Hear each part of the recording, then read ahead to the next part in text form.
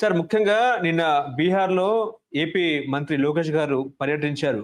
ఆయన ఏమన్నారంటే, ఒక్క ఛాన్స్ మీరు గతంలో జగన్‌మోహన్ రెడ్డికి ఇవ్వడం వల్ల అంటే ఒక్క ఛాన్స్ ఏపీ ప్రజలు జగన్‌మోహన్ రెడ్డికి ఇవ్వడం వల్ల ఏపీ సర్వనాశనమైంది అన్నట్టు కూడా ఆయన మాట్లాడారు. వికసిత్ భారత్ లక్ష్య సాధనలో బీహార్ పాత్ర చాలా కీలకమైంది. ఏపీ ప్రజలు చేసిన తప్పే బీహార్ ప్రజలు చేయొద్దు అన్నట్టు కూడా ఆయన మాట్లాడారు. ఓవరాల్‌గా లోకేష్ కామెంట్స్‌ని ఎట్లా చూస్తారు సార్? అంటే బీహార్‌కు, ఆంధ్రప్రదేశ్‌కు కంపారిజన్ లేదు. లోకేష్ వచ్చేసి సరే ఒక ఆంధ్రప్రదేశ్ నాయకునిగా ఆయన అభిప్రాయాలు చెప్పిండొచ్చు కానీ బీహార్‌కు, ఆంధ్రప్రదేశ్‌కు పోలిక లేదు. ఎందుకంటే బీహార్‌లో 19 సంవత్సరాలుగా నితీష్ కుమారే ముఖ్యమంత్రిగా ఉన్నాడు. 19 సంవత్సరాలు సుదీర్ఘకాలం. తర్వాత డబుల్ ఇంజిన్ అన్నామా 11 ఏళ్ళ ఉంటే డబుల్ ఇంజనే. కేంద్రంలో బీజేపీ, ఇక్కడ నితీష్ కుమార్ 11 సంవత్సరాలుగా డబుల్ ఇంజిన్ ఉంది. తర్వాత ఒకే ప్రభుత్వము లేదా ఒకే ముఖ్యమంత్రి 19 ఏళ్ళుగా 9 సార్లు సీఎం. కాబట్టి ఇప్పుడు ఇంకా యాంగిల్లో ఆలోచించాలా. 19 సంవత్సరాలు ముఖ్యమంత్రిగా ఉండి కూడా బీహార్ పరిస్థితి ఏమి? మానవాభివృద్ధి సూచికలో, హ్యూమన్ రిసోర్స్ డెవలప్మెంట్ లో దేశంలోని 28 రాష్ట్రాల్లో 27వ ర్యాంకులో ఉంది. బీహారు 19 సంవత్సరాల నితీష్ పాలనలో 28 రాష్ట్రాలు ఉంటే దేశంలో మానవాభివృద్ధి సూచికలో 27వ స్థానంలో ఉంది. తలసరి ఆదాయంలో 25వ స్థానంలో ఉంది. ఆరోగ్య రంగంలో 27వ స్థానంలో ఉంది. కాబట్టి ఇంకా దేనికి నీకు ఎందుకు అవకాశం ఇవ్వాలా? నువ్వు ఏదైనా బ్రహ్మాండంగా డెవలప్ చేసి ఉంటే అవతలకి ఇవ్వకండి, వాళ్ళు తెలుస్తారు, వాళ్ళు డెవలప్మెంట్ చెడగొడతారని అర్థం ఉంది. నీ 19 సంవత్సరాల అవకాశం ఇచ్చి 9 సార్లు ముఖ్యమంత్రి ఇచ్చి 11 ఏళ్ళు డబుల్ ఇంజన్గా ఇస్తే పరిస్థితి దేశంలో 28 రాష్ట్రాల్లో 27వ స్థానంలో మానవాభివృద్ధి సూచిక. అంటే రాష్ట్రం వచ్చేసి సర్వనాశనం అయిపోయింది 19 సంవత్సరాల్లో. కాబట్టి ఇప్పుడు అక్కడ లోకేష్ చెప్పింది అక్కడ ఆ రాష్ట్రానికి అన్వయించదు. అది ఏదో వచ్చేసి ఫస్ట్ టైం నితీష్ కుమార్ ముఖ్యమంత్రి అయింటేనో ఏదో బ్రహ్మాండంగా డెవలప్ జరిగింటేనో అప్పుడు దానికి అర్థం ఉండేది. కాబట్టి లోకేష్ వ్యాఖ్యలు బీహార్కు అది రివర్స్ అవుతాయి. యాక్చువల్ గా అక్కడ పంట మార్పిడి చేయాలా, ఏగిలి మార్పిడి చేయాలా, పార్టీని మార్చాల్సిన అవసరం ఉంది. 19 ఏళ్ళు వచ్చేసి సర్వనాశనం అయిపోయింది బీహారు. దేశంలోనే అన్ని రాష్ట్రాల కంటే వలసలు ఎక్కువగా ఉన్న రాష్ట్రం బీహార్. ఎందుకు బీహార్ వాళ్ళు ఆంధ్రప్రదేశ్ కు, తెలంగాణకు, దేశంలో ఎక్కడ పడితే అక్కడ వలసలు పోతున్నారంటే అక్కడ ఉద్యోగాలు లేక, ఉపాధి లేక, జీవనాధారం లేక ఎవరైనా వలసలు పోతారా? అవి ఉన్నాయి కాబట్టి, లేవు కాబట్టి వలసలు వస్తున్నాయి. అది ఒకటి చాలు. బీహార్ లో నితీష్ పాలన అట్టర్ ఫెయిల్యూర్. కాబట్టి అక్కడ మార్పు అవసరము. అక్కడ రైతు కదా పంట మార్పిడి చేసినట్టు, ఎగిలి మార్పిడి చేసినట్టు అవసరం అనేది స్పష్టంగా తేలిపోతుంది. కాబట్టి లోకేష్ వ్యాఖ్యలు సరే ఆయన యాంగిల్లో చేసి ఉండొచ్చు కానీ అది బీహార్కు లోకేష్ వ్యాఖ్యలు వర్తించవు. అది రివర్స్ అవుతుంది. ఓకే. కాకపోతే గతంలో 2019-24 మధ్య కాలంలో ఏపీకి రావాల్సిన కంపెనీలన్నీ కూడా పొరుగు రాష్ట్రానికి వెళ్ళిపోయాయి అన్నట్టు కూడా మాట్లాడారు. శాంతి భద్రతలు పూర్తిగా క్షీణించిపోయింది అన్నారు.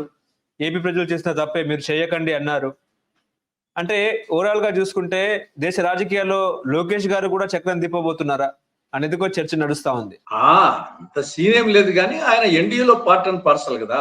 ఇప్పుడు అక్కడ బీహార్లో ఎన్నికలు కాంగ్రెస్ బీజేపీ మధ్య కాదు, ఎన్డీఏ అండ్ మహాగఠబంధన్. కాబట్టి ఇక్కడ మహాగఠబంధన్ ఎన్డీఏలో ప్రధాన పార్టీలు బీజేపీ, తెలుగుదేశము అండ్ జేడీయూ. కాబట్టి ఆ నేపథ్యంలో వచ్చేసి పోకుంటే బాగుండదని చెప్పేసి అది కూడా ఏది లాస్ట్ డే పోయినాడు. లాస్ట్ డే వచ్చేసి ఫస్ట్ ఫేజ్ లో ఎవరు పోలే, సెకండ్ ఫేజ్ లో కూడా లాస్ట్ డే వచ్చేసి అది కూడా ఒక ప్రెస్ మీటింగ్ అడ్రస్ చేశాడు. ఏదో ఒక మీటింగ్ లో ఏదో పాల్గొన్నాడో లేదో అది. కాబట్టి ఏదో పెద్ద ఒక న్యాచురల్ గా వచ్చేసి మనం పెళ్లికి పిలిస్తే పోతున్నట్టు వాళ్ళు పిలిచింటారు, ఈయన పోయింటాడు. అంతే తప్పనిచ్చేసి ఈడేం పెద్దగా ఈయన ప్రభావితం చేసేది ఇవన్నీ ఏముండవు.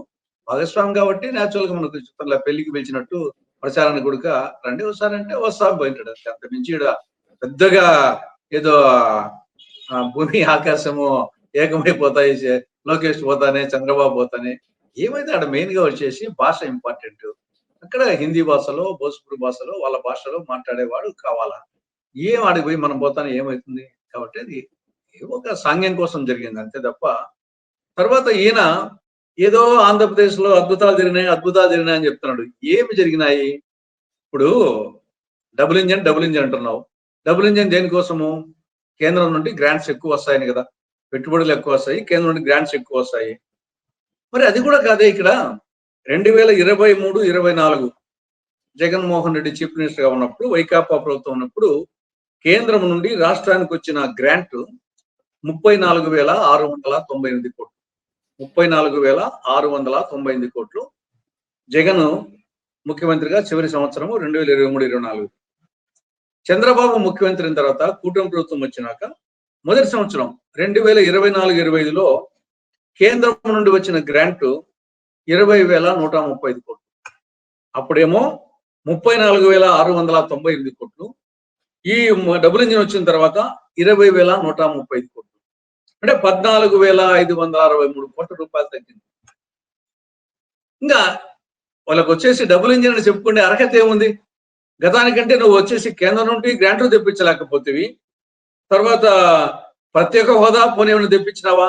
విభజన చట్టం ప్రకారము గతంలో 2014, 19 చంద్రబాబు ముఖ్యమంత్రి, 19 జగన్ అనుకున్నాం. మళ్ళీ ఇప్పుడు 15 ఏళ్ళుగా దీంట్లో చట్ట ప్రకారంగా రాష్ట్రానికి సంజీవని లాంటి ప్రత్యేక హోదా తెప్పించలేదు అప్పుడు కానీ ఇప్పుడు కానీ. తర్వాత విభజన చట్టంలో సెక్షన్ 46 సబ్ సెక్షన్ 3 ప్రకారంగా రాయలసీమకు, ఉత్తరాంధ్రకు స్పెషల్ డెవలప్మెంట్ ప్యాకేజీ బుందేల్ఖండ్ తరహా అప్పుడు తెప్పించలేదు, ఇప్పుడు తెప్పించలేదు చంద్రబాబు ముఖ్యమంత్రిగా. తర్వాత కడప జిల్లాలో స్టీల్ ఆధ్వర్యంలో స్టీల్ ప్లాంట్ ఏర్పాటు కాల, దుగలాయపట్నం ఓడరేవు ఏర్పాటు కాలేదు. కాబట్టి ఏమి తర్వాత రాజధానికి నిధులు విభజన చట్టంలో సెక్షన్ 94 సబ్ సెక్షన్ 3 ప్రకారము కేంద్ర ప్రభుత్వమే నిధులు ఇవ్వాలా. రాజధానిలో రాజ్భవన్ కు, సెక్రటరియట్ కు, అసెంబ్లీ భవనానికి, శాసనమండలి భవనానికి, హైకోర్టుకు, మౌలిక సదుపాయాలకు కేంద్ర ప్రభుత్వం నిధులు ఇవ్వాలా. కేంద్ర ప్రభుత్వం గ్రాంట్ ఇవ్వాలా. గ్రాంట్ ఇవ్వలేదు, అప్పు తెచ్చుకుంటున్నావు. వరల్డ్ బ్యాంక్ నుండి, ఏషియన్ డెవలప్మెంట్ బ్యాంక్ నుండి, నాబార్డు నుండి, హడ్కో నుండి, జర్మనీ బ్యాంక్ నుండి. కాబట్టి ఏమి సాధించావని చెప్పేసి నువ్వు గతంలో 2014, 19లో ఏమి సాధించావు, ఇప్పుడు ఏం సాధించావని కేంద్రం నుండి వచ్చేసి డబుల్ ఇంజిన్ అని గొప్పగా చెప్పుకునే దానికి ఏదో అంతా బ్రహ్మాండంగా అభివృద్ధి జరిగింది, అంత అది వెళ్ళిపోయిందని చెప్పి దానికి ఏమి అభివృద్ధి జరిగింది? అంటే నువ్వు తెచ్చిన ప్రత్యేక హోదానో లేకుంటే ఇవన్నీ నువ్వు తెచ్చి ఉండి పోలవరం పూర్తి చేసింటే నీకు 5 ఏళ్ల పాటు ఇచ్చారు. 14, 19 5 ఏళ్ల పాటు ఏం చేసావు పోలవరాన్ని? 5 ఏళ్ళు కావాలనా? సచివాలయం ఎన్నేళ్ళు కావాలా? తెలంగాణ సచివాలయం కేవలం 2 ఏళ్లలో కట్టారు, కేవలం 2 years సచివాలయం. నువ్వు ఇక్కడ 5 ఏళ్లలో కట్టకపోతివి, ప్రధానమంత్రి చేత శంకుస్థాపన చేయించివి 2015 విజయదశమి నాడు. మళ్ళీ అగే రెండోసారి శంకుస్థాపన చేశావు. 2 సార్లు శంకుస్థాపన చేసినా ఒక ఇంచు కూడా కొంచెం తట్టడు మట్టి కూడా పక్కన వేయలేదు. కాబట్టి విశాఖపట్నం స్టీల్ ప్లాంట్ అయోమయంలో ఉంది. కడప జిల్లా స్టీల్ ప్లాంట్ శాంక్షనే కాలేదు. తర్వాత మన్మోహన్ సింగ్ పీరియడ్ లో శ్రీకాళహస్తి దగ్గర మన్నవరం విద్యుత్ పథకాల ప్రాజెక్టు శాంక్షన్ చేస్తే దాన్ని కేంద్రంలో బీజేపీ, రాష్ట్రంలో చంద్రబాబు, జగన్ వచ్చిన తర్వాత అది మూసేశారు. కాబట్టి ఏదో పెద్ద అద్భుతాలు చేసించినట్టు అప్పులేమో మొత్తం కనీవినెరుగని రీతిలో అప్పులు చేశావు. ఏం డెవలప్ చేశావు? ఈ సంవత్సరం తొలి 6 నెలల్లో అప్పులు దాదాపు 63,000 కోట్ల రూపాయలు. ఉత్తరప్రదేశ్ ఏమో 6 నెలల్లో చేసింది 9,000 కోట్ల రూపాయలు. మనకంటే 4 రెట్లు పెద్దది అది. వాళ్ళు 9,000 కోట్ల రూపాయలు అప్పు చేస్తే మంది 63,000 కోట్ల రూపాయలు ఆల్ టైమ్ రికార్డ్ అప్పులు చేయడంలో ఆస్కార్ అవార్డు. కాబట్టి ఏదో పెద్ద అద్భుతాలు చేసినట్టు ఇక్కడ ఏం చేసినావు? అప్పుల్లో ఆల్ టైమ్ రికార్డు. తర్వాత విద్యుత్ సర్దుబాటు ఛార్జీల పేరుతో వినియోగదారుల మీద మోదుడే మోదుడు, బాదుడే బాదుడు. చట్టం ప్రత్యేక హోదా తెప్పించలేదు, చట్టం నుండి అంశాలు తెప్పించలేదు, తర్వాత కేంద్రం నుండి నిధులు తెప్పించలేదు, తర్వాత సంపద సృష్టిస్తా అని చెప్పేసి సంపదను మాయం చేస్తున్నారు. ఇక మూలధన వ్యయము, పెట్టుబడి వ్యయము ఎక్కువ ఖర్చు పెట్టాలా. మౌలిక పెట్టుబడి వ్యయం ఉంటేనే ఆ గవర్నమెంట్ యొక్క పనితనం. రెవెన్యూ ఎక్స్పెండిచర్ కాదు, క్యాపిటల్ ఎక్స్పెండిచర్ ఏ గవర్నమెంట్ అయితే ఎక్కువ చేస్తుందో పర్సెంటేజ్, అది ఎఫిషియెంట్ గవర్నమెంట్. క్యాపిటల్ ఎక్స్పెండిచర్ దగ్గర అధ్వానంగా ఉంది చంద్రబాబు ప్రభుత్వం, కూటమి ప్రభుత్వం. కానీ ఏ కోణంలో చూసినా చంద్రబాబు ప్రభుత్వము ఇంతవరకు సమైక్య ఆంధ్రప్రదేశ్ లో కానీ ఇప్పుడు కానీ అధ్వానమైన గవర్నమెంట్ చంద్రబాబు ప్రభుత్వం.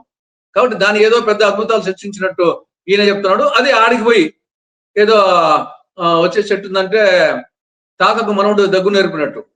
ఈయన నిన్నగాక మన మంత్రి అయినాడు. ఆయన 19 ఏళ్ల మట్టి ముఖ్యమంత్రిగా ఉన్నాడు నితీష్ కుమార్. ఆయనకు పోయి ఈయన వచ్చేసి ఏదో ఆయన తరఫున ఆయన ప్రచారం చేస్తే ప్రజలు వచ్చేసి ఏదో ఆయన ఇంటర్నేషనల్ లీడర్ అయినట్టు, నేషనల్ లీడర్ అయినట్టు. కాబట్టి ఇది ఏమి కాదు, అది హాస్యాస్పదం అంతే లోకేష్ వ్యాఖ్య.